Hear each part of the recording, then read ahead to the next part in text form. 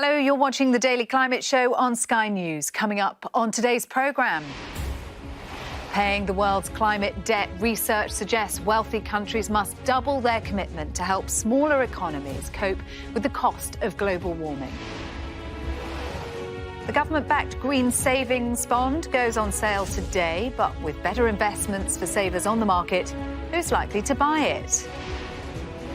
And we discuss whether companies growing their green credentials by carbon offsetting is a viable option in the long term, with climate activist Michaela Loach and Tom Burke, chairman of the E3G think tank.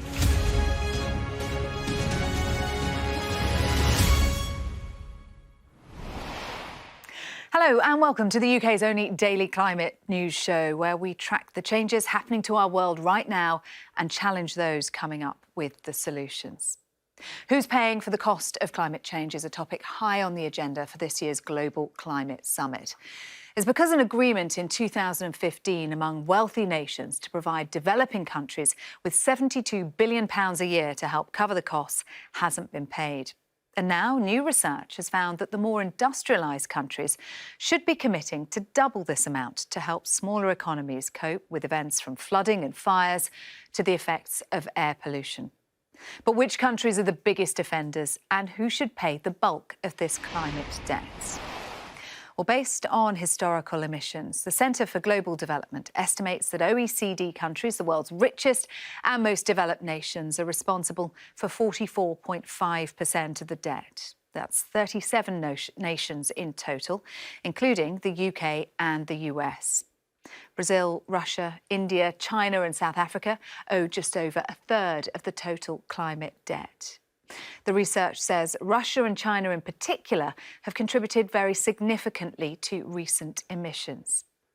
Then finally, only 21.3% of the remaining debt should be paid by other nations. Well, joining me to talk us through this research is author of the report and Senior Policy Fellow at the Centre for Global Development, Ian Mitchell. Evening to you, Ian. How prominent an issue is this going to be at the upcoming COP26 summit? So I think climate finance is a very big issue. The lower income countries and developed nations are looking for the industrialised countries, the ones that have created the damage to the climate, to make good on their promise to provide $100 billion per year in climate finance. And I think that issue is second only to the emissions reductions that we need to see from all countries. But it's certainly a hot topic, and the industrialised countries haven't met that 100 billion target yet, even though it was due in 2020. So the greatest impacts are being felt by the poorest nations. What kind of costs are we talking about for the less developed countries? So the cost that we look at put a tonne of carbon as having costs, hidden costs, if you like, of $50 per tonne. So ultimately, that's going to be things like the obvious damage that we know about, things like flood damage to buildings and to communities and livelihoods. But also more subtle damage to agricultural yields and to other processes that depend on the climate. So our work if you looked historically at those emissions and you put that cost against them, how much would that add up to? And as your piece said, in broad terms and focused on the industrialised countries of the OECD, we think it's more like 190 billion a year rather than the current target. 100. So, Ian, who needs to pay up, and what happens if they don't?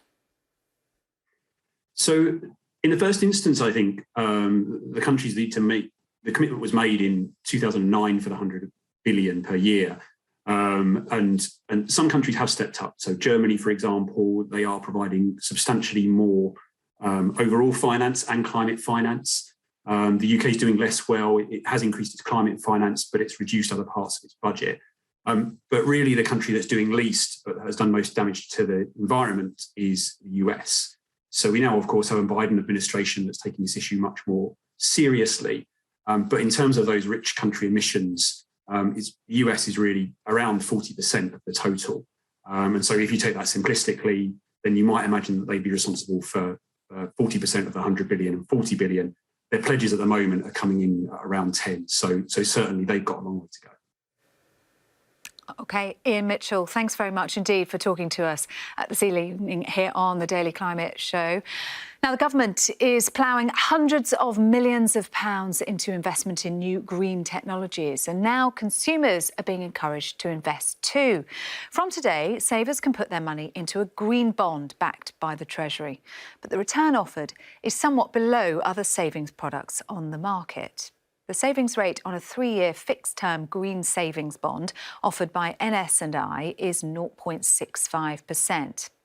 That compares to 1.81% from JN Bank for savers to invest over the same period of time, or 1.77% from QIB UK. Our business presenter, Ian King, has more. It's very difficult to see who is going to want to invest in these bonds issued by National Savings and Investments. They're paying a rate of some 0.65% over a 3-year period. That is a fixed rate product. Now, to put that into context, to show you just how uncompetitive a rate of interest that is, well, the market leading product for a 3-year fixed rate bond right now is paying 1.81%. So in other words, if you were to invest in these green bonds rather than go with the market leading product, it would cost you something like £700 in foregone interest over the next 3 years. And to also put it into context, 3-year government gilts right now, UK government IOUs, well, the yield on that is some 0.73% right now. So you'd even be better off buying UK government bonds than you would buying these green bonds from National Savings and Investments. It's very, very hard indeed to see who would want to buy these bonds other than someone that wants a warm glow. They're certainly not going to get rich on them. In some of today's other climate news, a new UNICEF study has found that as many as 9 out of 10 children are worried about the impacts of climate change. Extreme weather events, animals becoming extinct, less food and water, and harm to people's health are among their biggest concerns. The saddest thing, I think, from the report was that 89% of those children that spoke to us just feel that not enough is being done about climate change. And as climate anxiety, as you've termed it there, gets worse, it's only natural that more and more people engage and speak up about this subject as it becomes more and more real to their lives. And climate protests have taken place across the world as campaigners demand urgent action to curb global warming. Thousands of people rallied at Berlin's iconic Brandenburg Gate, calling on the next German government to prioritise climate change. Protests also took place in Uganda, Bangladesh and India.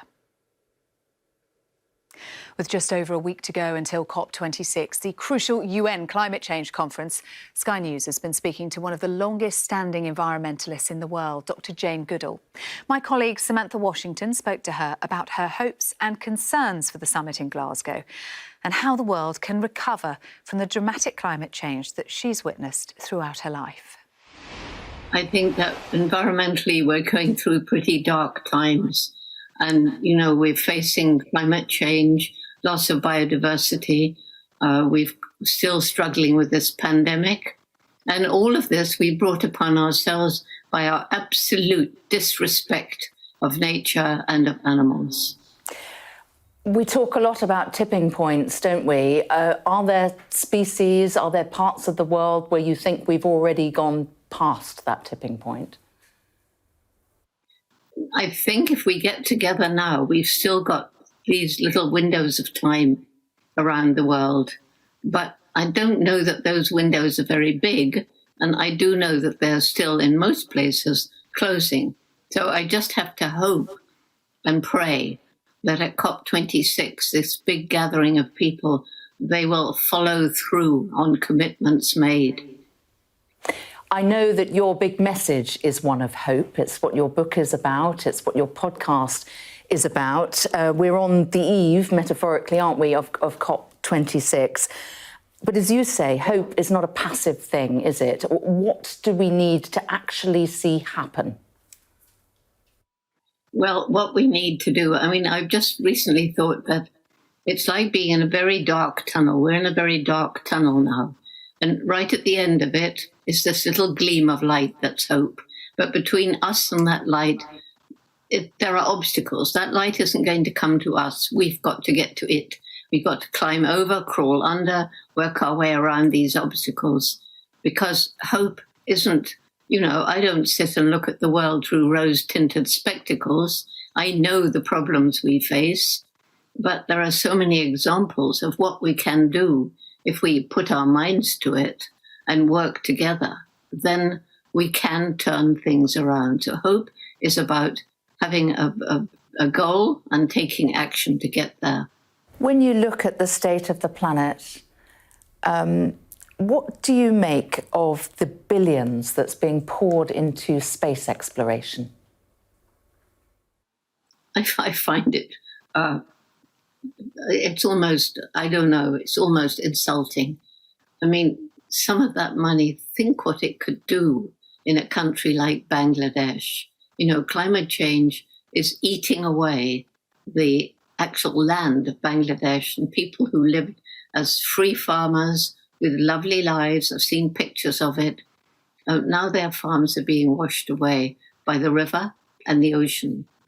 And they're having to go into slums where there's no sanitation, no electricity, and no jobs. And some of this huge amount of money on space research. And of course, it's all, I suppose, to do with the military. We're going to have space wars next in reality. I've lived long enough on this planet to have seen science fiction come true again and again and again. Some people say that it's more to do with billionaires' egos. Well, maybe it is, but I'd much rather that the billionaires spent their money down here making a difference. The thoughts of Jane Goodall there. Now, do stay with us. Coming up after the break, I'll be joined by climate activist Michaela Loach and Tom Burke, chairman of the E3G think tank. We're going to be discussing who should pay for the green transition and if offsetting is an effective way of reducing the world's carbon emissions. We'll see you in a couple of minutes.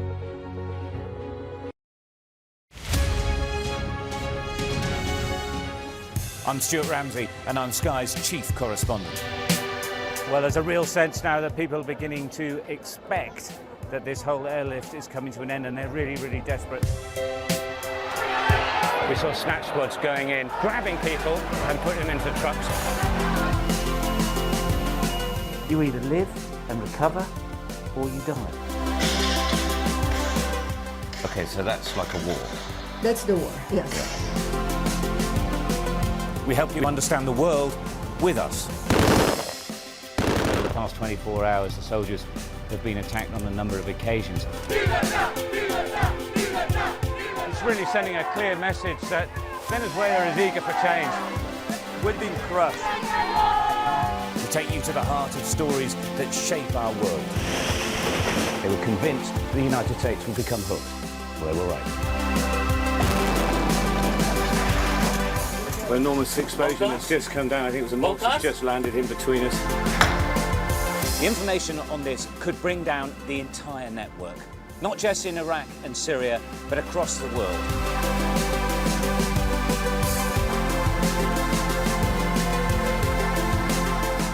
Thought I could throw a bit of head withdrawn. It's so hot.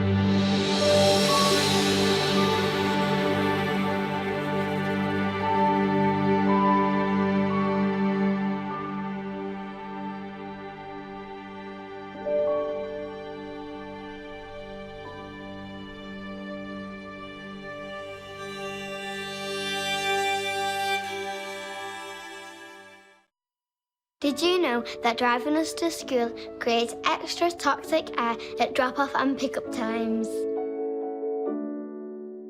It will be a chilly start on Saturday with a frost in the northeast, fog patches in the south and a few showers around western coasts and hills.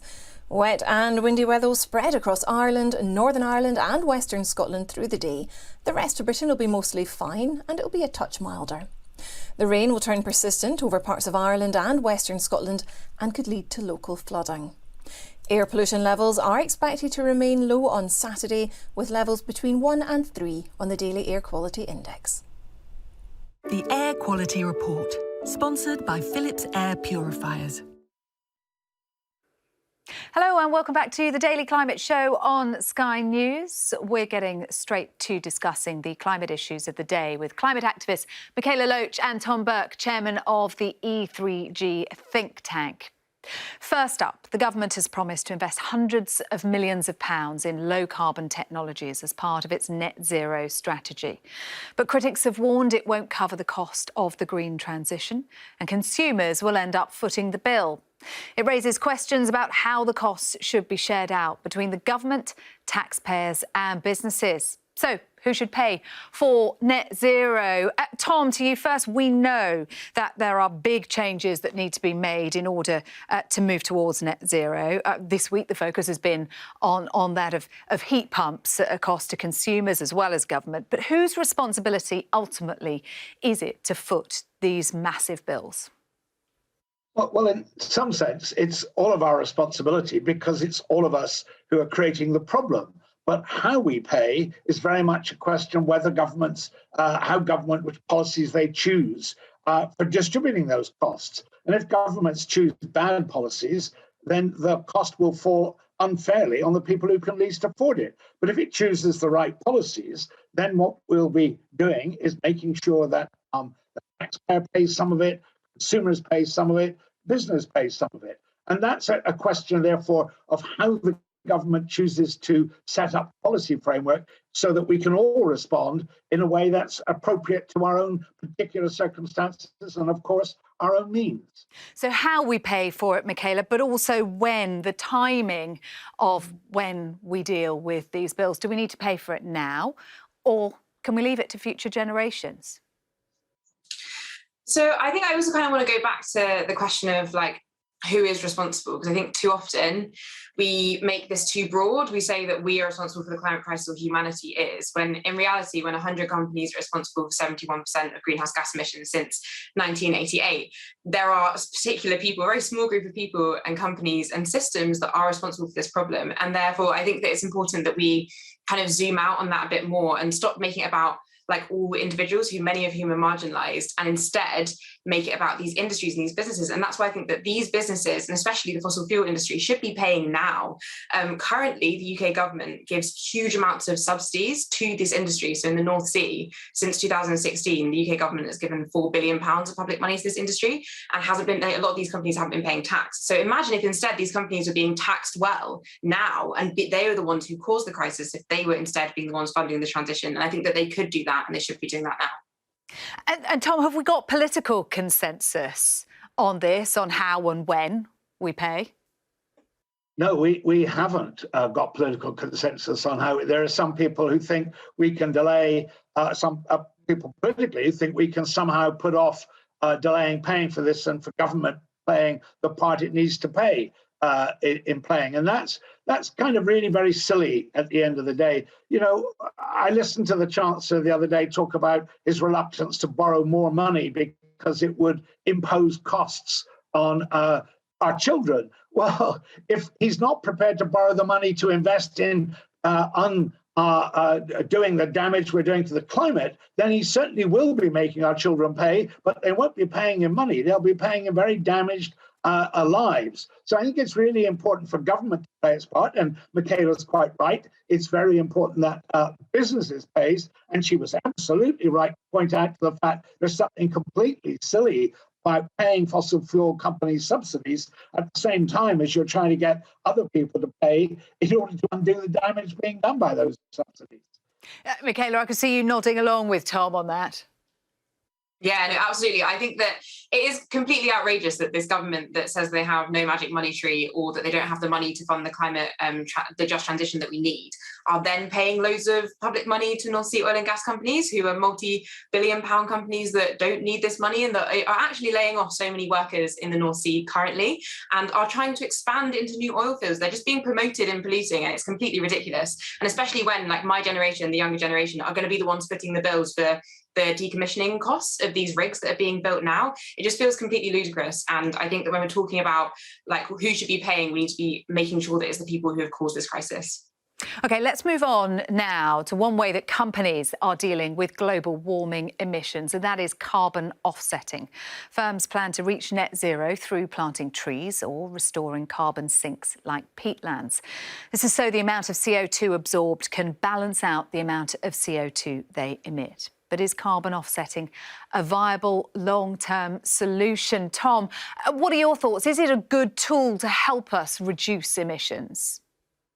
It's a very important tool to have in our toolkit for dealing with climate change, but it's only going to be a useful tool if people believe it's real, the integrity of the offsets. In other words, if you're putting an atom of carbon into the atmosphere today, you've got to be able to point to somewhere where you're taking an atom of carbon out of the atmosphere today. You can't somehow borrow from the future. And I think quite a lot of the schemes seem to be drifting into somehow thinking we will put carbon up now and we'll take it out later. And I think that will really not sustain public confidence, not sustain even economic confidence in offsetting, and that will destroy one of the tools we'll need to play a part, not a dominant part, but certainly a part. Michaela, what are your thoughts? Does it work, or are carbon offsets a smokescreen, effectively, a way of offsetting guilt and saying, well, if we pay, we can carry on doing what we've always done? I think that's absolutely it. I think that I do see that it's a tool in a toolkit, but I don't think it should be the one that we're focusing on. I think that we know what we need to do is actually stop producing as many emissions. That should be the priority, not trying to do some sort of creative accounting to make it look like we're not causing as much harm. Because basically what carbon offsets allow a lot of big businesses and countries like the UK to do is continue polluting and emitting and continue fossil fuel extraction by saying that you're balancing it out somewhere else. When actually, a lot of these carbon offsets aren't as reliable as they say they are. If you're doing tree planting, if those trees don't end up growing to full maturity, if they end up like dying in different ways, then that's not actually going to offset as much carbon as you're saying it is. But also there's an important kind of thing to bring in here around justice, because a lot of these carbon offsetting activities, they are kind of like modern day colonialism. It's called carbon colonialism, and how they go into many countries all over the world and seize land from indigenous people and grow monoculture of trees. This is happening in Kenwa, in the Sengwer community in Kenya at the moment for the UK government's offsetting kind of strategy. And it's really important that we bring awareness to the fact that this offsetting can actually cause a huge amount of harm, and in many ways it can also kind of repeat the same harm that has caused this crisis in the first place. And I think that we need to make sure we're centering justice, and I don't think that sometimes offsetting can do that. One very brief thought from you, Tom. Is it a long-term solution? Yeah, I suspect we're going to go on needing carbon offset, but Kayla's right to say there are limits to what the party can play. We have to scale down investment in fossil fuels at the same time as we're scaling up investment in the renewables, the net zero alternatives. And that's a difficult task. We've got to you can't just switch off the fossil fuels, or we'd all be having the kind of problems Michaela's worried about carbon offsetting costing if we actually use it to destroy people's possibility of living. So we've got to make a good match between those two things, and offsetting will play a role in making that. Tom and Michaela, we are running out of time. I'm going to have to interrupt you. Thank you very much indeed. Do stay tuned, though. Coming up next, we'll be talking about Alec Baldwin, who said his heart is broken.